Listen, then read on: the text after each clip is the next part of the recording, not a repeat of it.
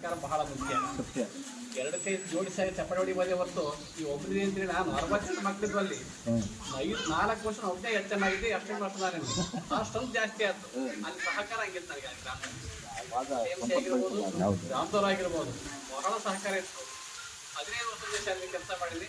ಹಾಗೆ ನಿಮ್ಮೆಲ್ಲರ ಸಹಕಾರ ಇರಲಿ. ನಮ್ಮ ಶಾಲೆಗೆ ಸಹಯೋಗದೊಂದಿಗೆ ತಮ್ಮೆಲ್ಲ ಸಹಕಾರ ಬೇಕಂತ ಹೇಳ್ತಾ ಒಂದು ಕಡಿಮೆ ಇದೆ ಅನ್ನೋದಕ್ಕಿಂತ ಹೆಚ್ಚಾಗಿ ಎಲ್ಲದನ್ನು ಮಾಡ್ತಾ ಇದ್ದಾರಲ್ಲ, ಅದಕ್ಕೆ ನಾವು ಶ್ಲಾಘನೆ ಮಾಡಬೇಕು. ಮತ್ತು ಎಲ್ಲಿ ಕಡಿಮೆ ಆಯಿತು ಅಂತಂದಾಗ ಕೈಯೇ ಬಿಟ್ಬಿಡ್ತಾರೆ, ನೀನು ಬಿಡಪ್ಪ ನೋಡೋಣ, ಆಮೇಲೆ ಯಾವುದೋ ಒಂದು ಆಗಲಿ ಅದಾಗಲಿ ಇದಾಗಲಿ ಅಂತ ಸುಮ್ಮನೆ ಆಗ್ತಾರೆ. ಆದರೆ ಪ್ರತಿಯೊಂದನ್ನು ಯಾವ ಕಾರ್ಯಕ್ರಮವನ್ನು ಬಿಡದಂಗೆ ಎಲ್ಲ ಒಂದು ಕಾರ್ಯಕ್ರಮಗಳನ್ನು ಅಚ್ಚುಕಟ್ಟಾಗಿ ನಡೆಸ್ಕೊಂಡು ಹೋಗ್ತಾರೆ. ನಮ್ಮ ಹೆಂಚಿಗೆ ಥ್ಯಾಂಕ್ಸ್ ಹೇಳಬೇಕು. ಶಾಲೆಗಳಿಗೂ ಉಚಿತವಾಗಿರ್ತಕ್ಕಂಥ ಒಂದು ತಪಾಸಣೆಯನ್ನು ಮಾಡ್ತಾರೆ. ಯಾರಿಗೆ ಚಿಕಿತ್ಸೆ ಬೇಕಾಗಿರ್ತದೋ ಅಂಥವರಿಗೆ ಆಪರೇಷನನ್ನು ಸಹ ಉಚಿತವಾಗಿ ಮಾಡಿಸ್ತಕ್ಕಂಥ ಒಂದು ಕೆಲಸವನ್ನು ಭಾರತೀಯ ರೆಡ್ ಕ್ರಾಸ್ ಸಂಸ್ಥೆ ಇವತ್ತು ಮಾಡ್ತಾ ಇದೆ. ಇದು ಬಹಳ ಮುಖ್ಯವಾಗಿ ಇದಕ್ಕೆ ಪ್ರೇರಕರು ನಮಗೆ ನಮ್ಮ ನೂತನ ಸಚಿವರಾಗಿರ್ತಕ್ಕಂಥ ಸನ್ಮಾನ್ಯ ರಘುಮೂರ್ತಿ ಸಾಯರ್ ಅವರು ನಮಗೆ ಬೆನ್ನು ತಟ್ಟಿ ಖಂಡಿತ ಈ ಸಂಸ್ಥೆಯನ್ನು ಮಾಡಿ ಇದ್ರ ಮೂಲಕ ಏನು ಬೇಕೋ ಎಲ್ಲ ರೀತಿಯ ವ್ಯವಸ್ಥೆಯನ್ನು ಮಾಡ್ತೇನೆ ಅಂತೇಳಿ ಇದಕ್ಕೆ ಅವರು ಬೆಂಬಲ ನೀಡಿದ್ದಾರೆ.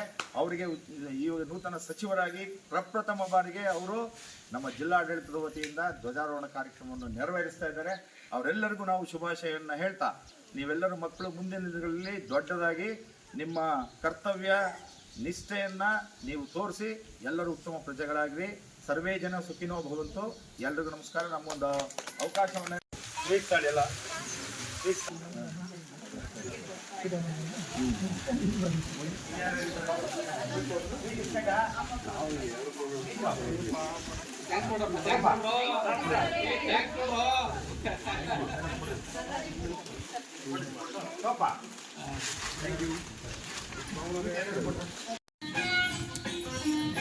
ಭಾರತೀಯರ ಶೌರ್ಯ ಮೆರೆದ ದಿನ.